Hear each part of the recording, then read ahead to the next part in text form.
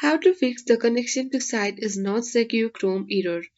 Hi everyone, welcome back to our channel. This is Rose and I will guide you to fix the connection to site is not secure Chrome error. Watch the video till the end and without further ado let's begin. First, click on three dots at top right corner of your web browser. Now click on the setting option from this menu. Now choose privacy and security from the left panel. Scroll down and look for the option of security and click to open it under Privacy and Security section. You need to scroll down.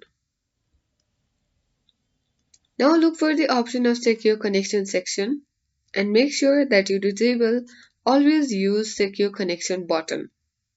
And with that, you need to go back to that web page which is not working, and then you simply need to delete the page and your issue will be fixed. If not, you need to remove as from the https colon / to http colon and / and press enter, and with that your issue will be fixed.